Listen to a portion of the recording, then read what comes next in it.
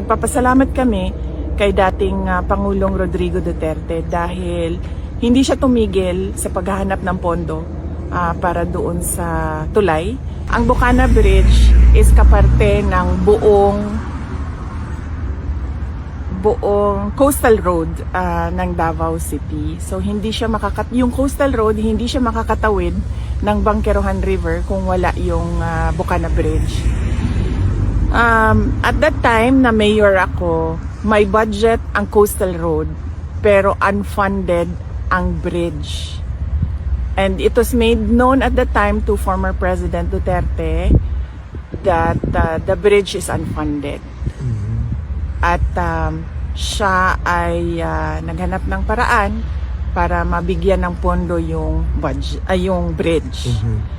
So noong nakahanap siya ng pondo ay sinimulan yung negotiations, sinimulan yung mga planning, lahat ng paperworks para doon sa bridge na yon ay sinimulan na. But ngayon, nandyan na yung bridge, so dapat nating pagpasalamatan para sa akin bilang isang Davaoenyo at syempre sa mga tiga Mindanao na din dahil nagbe-benefit din sila doon sa coastal road na yun, no? Traveling from south to north of Davao in the region. Nagpapasalamat kami kay dating Pangulong Rodrigo Duterte dahil hindi siya tumigil sa paghahanap ng pondo para doon sa tulay.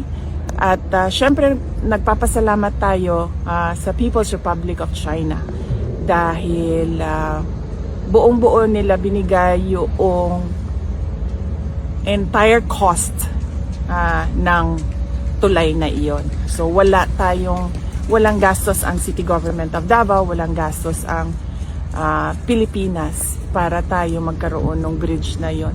At napakahalaga ng bridge na iyon dahil hindi mag-connect ang south to north kung wala yung bridge.